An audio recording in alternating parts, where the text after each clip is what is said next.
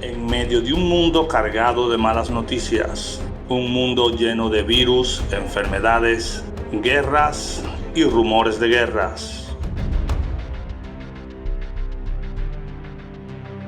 nos llega la bendición a través de un programa llamado Vida Abundante.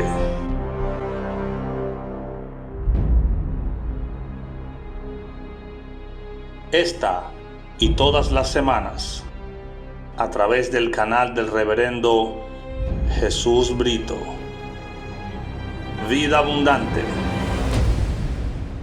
Jesús dijo: yo he venido a que tengan vida y vida en abundancia. Dios me los bendiga grandemente en este día precioso que Dios nos da la oportunidad otra vez de poder exponer su palabra como Él nos ayude en este día. Yo dije que si ustedes, algunos me dijeran que diéramos el estudio bíblico del libro de los Efesios, lo haríamos. Y muchos de ustedes me llamaron por privado y me pusieron mensajes diciéndome que sí, que querían oír el estudio bíblico del libro de los Efesios. Y yo, bueno, accediendo a esa petición que así les había sugerido, pues veo que es una buena oportunidad para presentarlo. Es un estudio, a pesar de que son 6 capítulos, sin embargo no es tan cortito, porque tiene bastante material. El Señor habla allí por bastantes medios para todos nosotros. Hablemos con Dios, oremos al Señor para que el Señor nos ayude en este día a hacer un buen estudio para la gloria de Dios y para beneficio de todos nosotros. Gracias, Señor, te damos en este día, porque tú por tu voluntad nos permite hacer este estudio bíblico. Te pedimos que nos capacite, que nos ayude, Señor, a hacerlo para tu gloria y para tu honra y para beneficio espiritual de toda tu iglesia.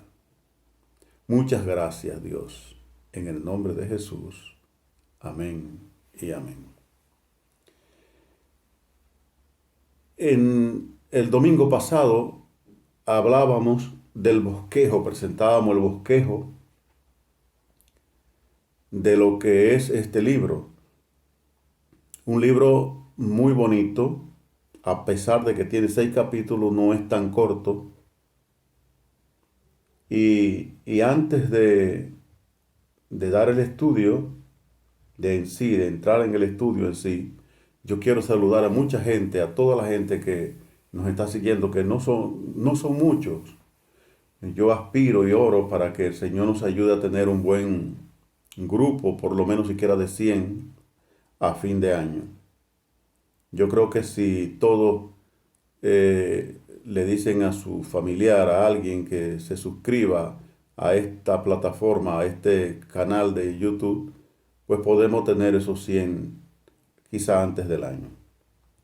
Ya tenemos unos 66 y yo espero tener por lo menos 100 para el año, para que cuando comience el año 2021 podamos ya tener un buen grupo más grande.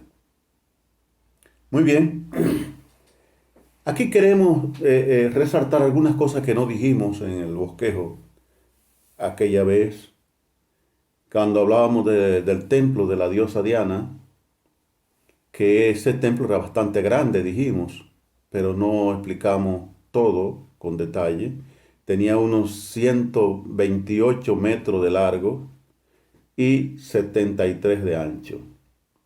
También tenía algunos cuadros por el pintor Apele, un pintor griego muy famoso, que tenía allí a Alejandro Magno tirando un rayo. Eso era un templo enorme, grandísimo. Pero ya ese no es el caso. Vamos a leer el primer versículo de esta carta de los Efesios para que entremos en materia. Pablo, apóstol de Jesucristo, por la voluntad de Dios, a los santos y fieles en Cristo Jesús que están en Efesios. Mire, un apóstol era el grado más alto que se podía tener en ese tiempo, hablando en el sentido espiritual. Pero un apóstol tenía que ser aquella persona que hubiera conocido a Jesús en la carne, que hubiera conocido a Jesús vivo cuando Jesús estuvo aquí en la tierra. Tenía que tener ese requisito, uno de los requisitos para que el hombre pudiera ser apóstol. Tenía que haber visto a Jesús.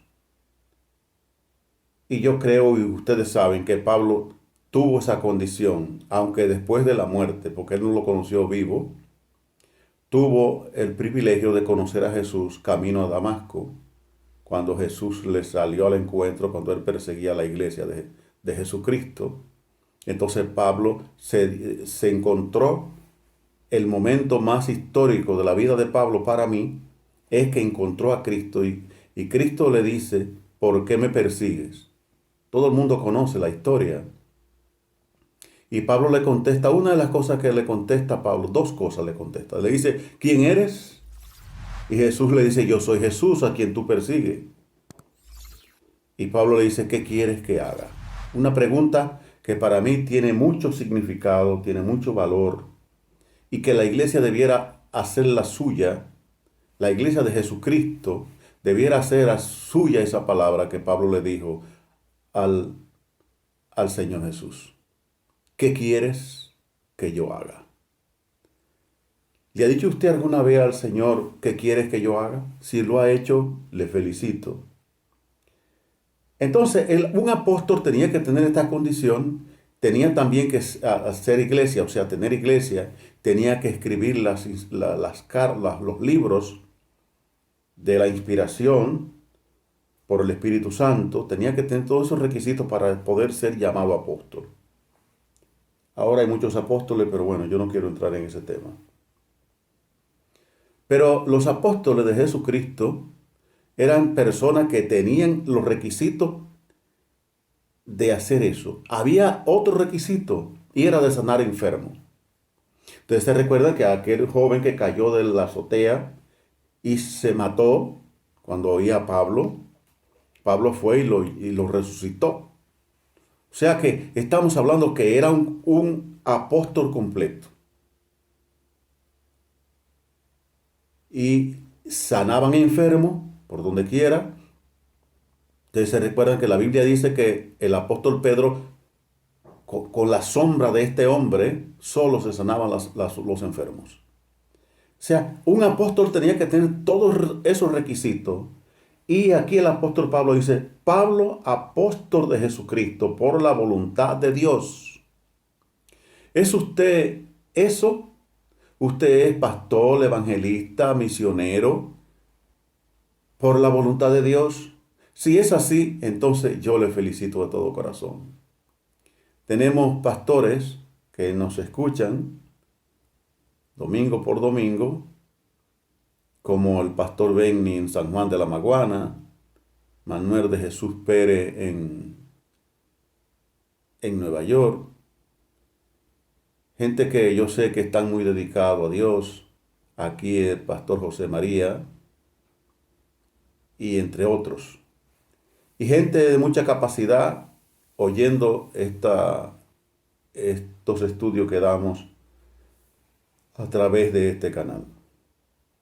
Pablo, apóstol de Jesucristo por la voluntad de Dios, a los santos y fieles en Cristo Jesús que están en Éfeso.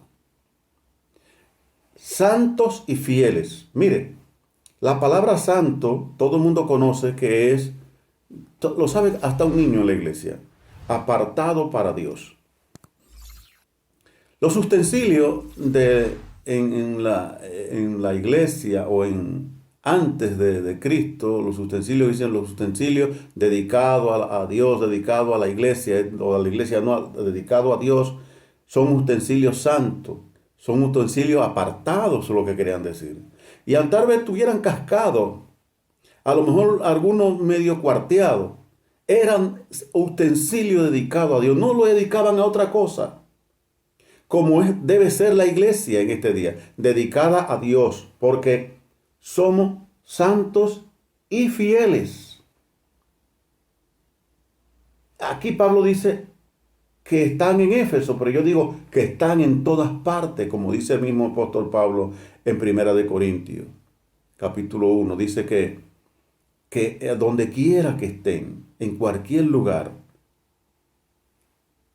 son santos, son gente que están apartada para Dios. Aquí hay otro versículo que es el que vamos a abordar ahora, el versículo 2, y dice, gracia y paz. Miren, gracia no era un saludo para los discípulos. Gracia era como decir coro. Es una palabra en griego. Dicen que yo no he ido nunca a Grecia, pero dicen que que en Grecia se saludan todavía así gracia, o sea, coro y paz. Porque paz es shalom. Y así era que se saludaban los discípulos. El mismo Jesús cuando llegaba, ustedes se recuerdan que después de la resurrección, llegaba al aposento donde estaban ellos trancados, encerrados, los discípulos, y le decía, paz sea a vosotros. O sea, ese era el saludo de la iglesia. Debe ser el saludo de la iglesia todavía. Paz. La paz sea contigo. La paz de Dios sea contigo.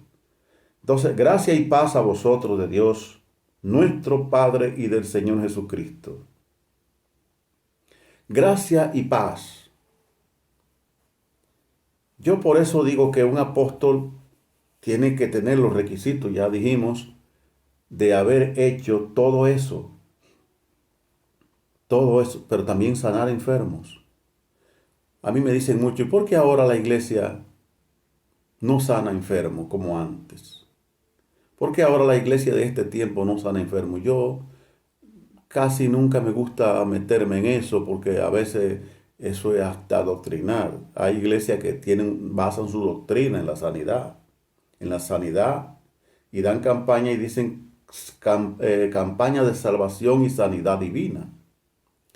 Entonces, bueno, a mí me preguntan la gente, pero ¿por qué yo oigo que dicen sanidad divina y yo no veo a nadie sano? Los hospitales están llenos de enfermos. ¿Y por qué están llenos de enfermos los hospitales si tenemos una iglesia por donde quiera? En cada esquina hay una iglesia.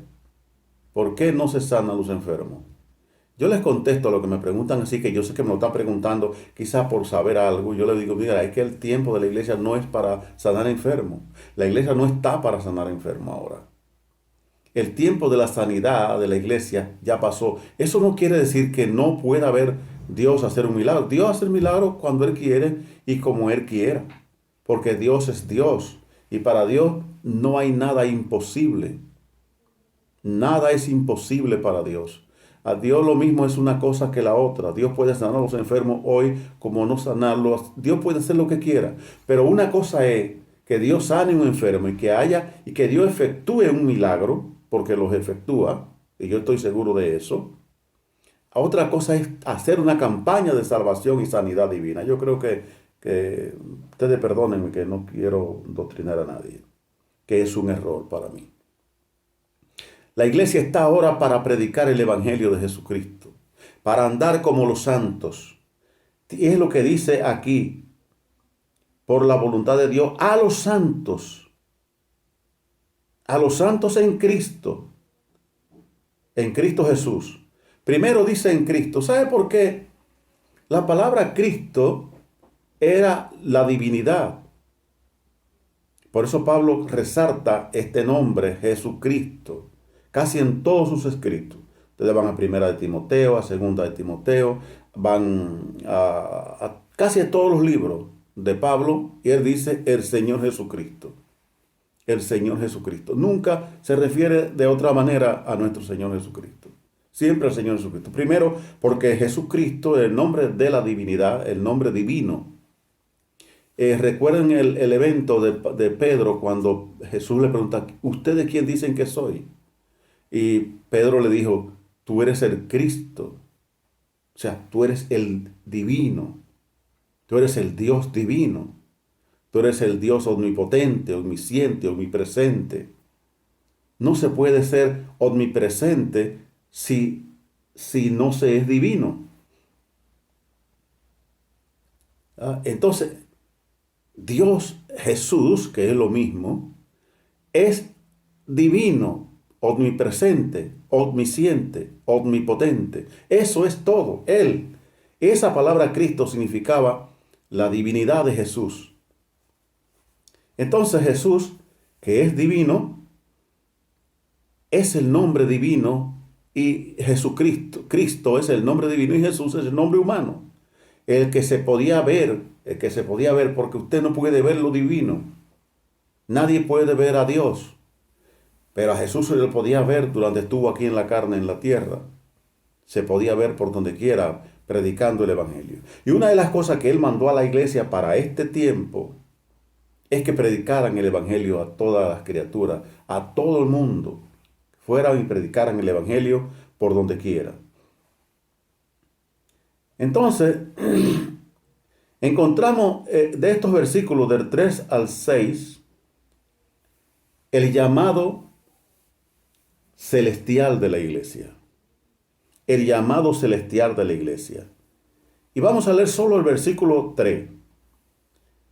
Estamos hablando del capítulo 1, del versículo 3, el versículo 3 de Efesios.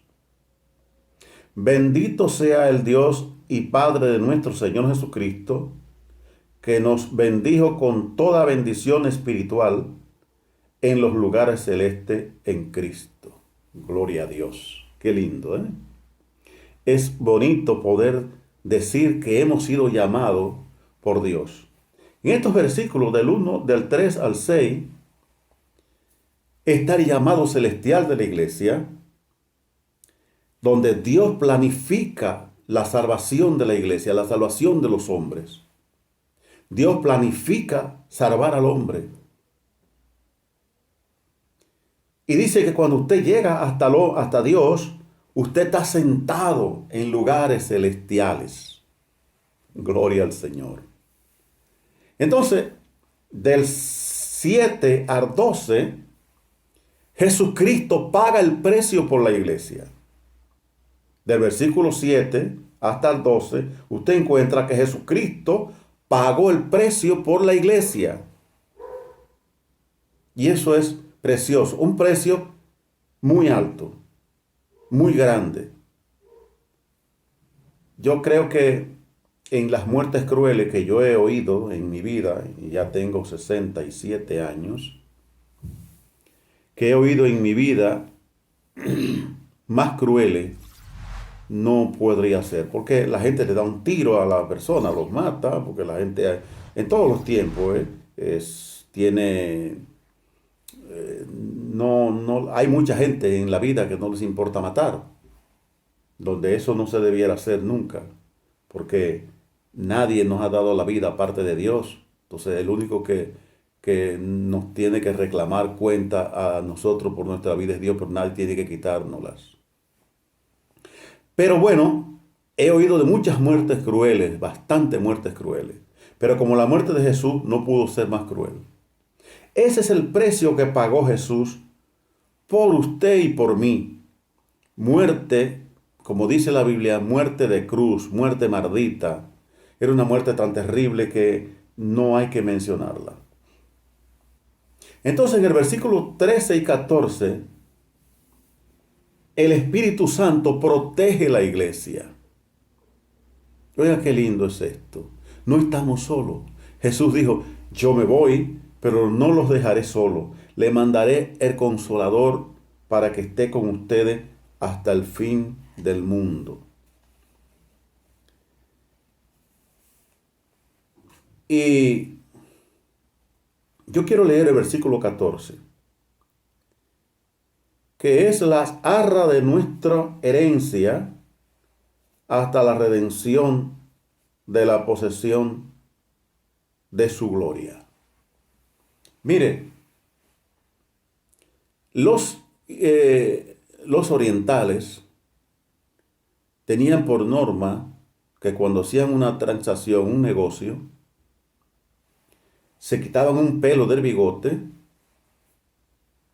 y se lo daban en señal de su palabra, en señal de su responsabilidad.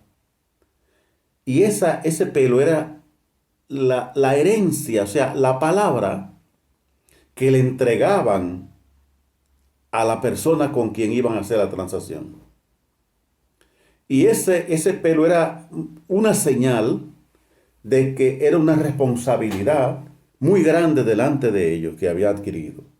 Entonces era una responsabilidad adquirida. Nosotros aquí tenemos las arras del Espíritu, el cuidado del Espíritu, la herencia del Espíritu Santo para la iglesia. La iglesia no está sola, la iglesia tiene la herencia hasta la redención en la posesión adquirida para la alabanza de su gloria. Para la alabanza de su gloria. O sea, usted y yo estamos respaldados por el Espíritu Santo.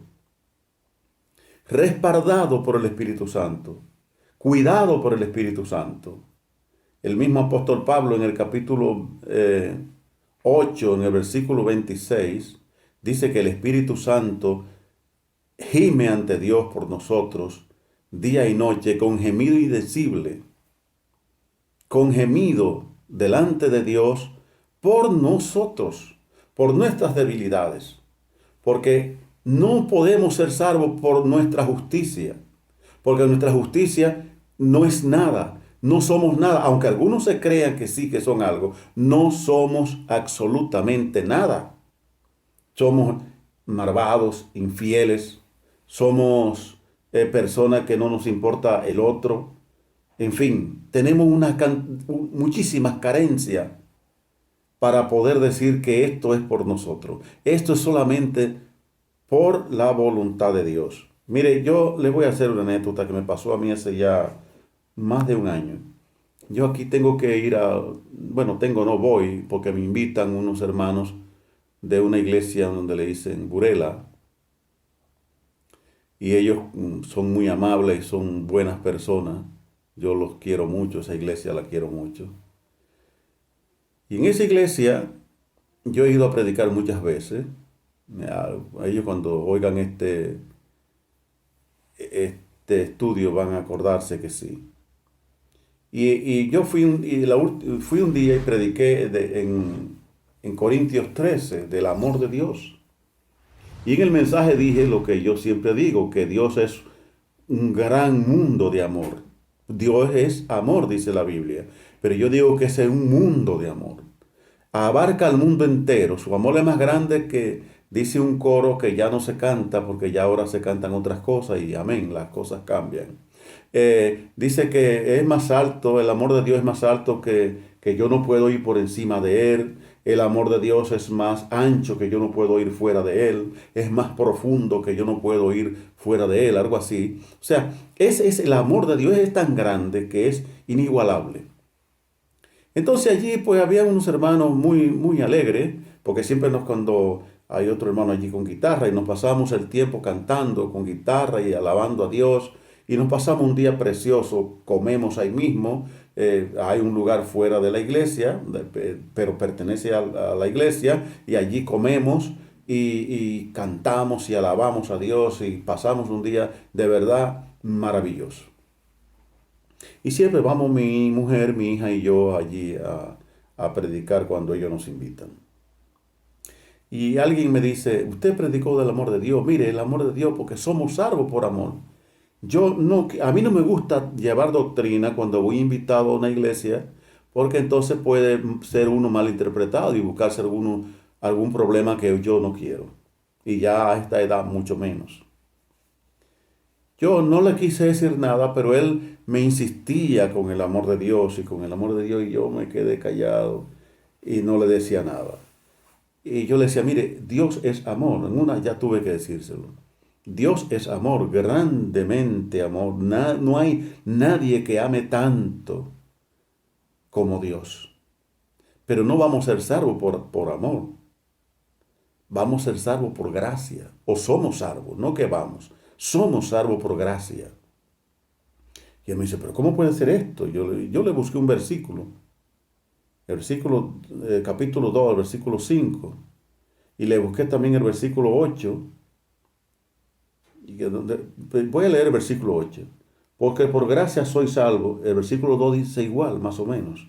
Porque por gracia soy salvo, por medio de la fe. Esto no es de vosotros, pues es don de Dios. O sea, somos salvos por la gracia de Dios, por la misericordia y la gracia de Dios. Somos salvos por eso. Se dice que había un sacerdote que encontró a un joven, se encontró con un joven, que este joven había tenido un cambio y el pueblo hablaba de su cambio, cómo Dios lo había transformado, cómo Dios lo había hecho todo una persona buena, una persona diferente. Y este hombre le dice, el sacerdote le dice al joven, oye, te felicito, joven, hombre, me dicen que encontraste a Cristo. Y el joven le preguntó, padre, ¿y Cristo se había perdido? Y dice, no, dice, usted me dijo que sí que yo lo encontré, ¿cómo puedo yo encontrarlo? Él me encontró a mí, porque yo estaba perdido en las drogas, yo estaba perdido en el alcohol, yo estaba perdido en tantas cosas. Y Él me encontró y me salvó. Eso es porque nadie es tan bueno como para encontrar a Cristo. Él es tan bueno para encontrarnos nosotros. A mí me encontró el Señor. Me encontró en una juventud alocada, una juventud tremendamente alocada, y Él me encuentra y me da vida y me cambia. Y yo he cometido errores muy graves y muchos errores, pero no he perdido mi salvación. Soy salvo en Cristo Jesús, porque la salvación no se pierde por los errores que usted cometa, porque si fuera así, entonces nadie podría ser salvo, porque todos cometemos grandes errores, todos. Y lo cometió Pablo. Pablo dice, el pecado que no quiero hacer, ese es el que hago. El que yo no quiero hacer, decía Pablo. Voy y hago ese pecado. Porque el ser humano comete todos los tipos de cosas, de pecado y de transgresiones delante de Dios. Pero tenemos un Dios que nos ha salvado por su gracia. Por su gracia. Y es que Dios me los bendiga, Dios me los guarde, dejémoslo hasta aquí y después seguimos con el resto de Efesios. Si tienen una sugerencia o cualquier cosa, pues pueden decírmela, que se lo voy a agradecer mucho. Dios les bendiga, Dios les guarde y oremos al Señor dándole gracias por este día. Gracias, Señor, te damos por este estudio que hemos dado. Permite que haya de llegar a muchas vidas y que muchas vidas puedan aprender algunas cosas para su beneficio espiritual. Muchas gracias. En el nombre de Jesús. Amén y amén.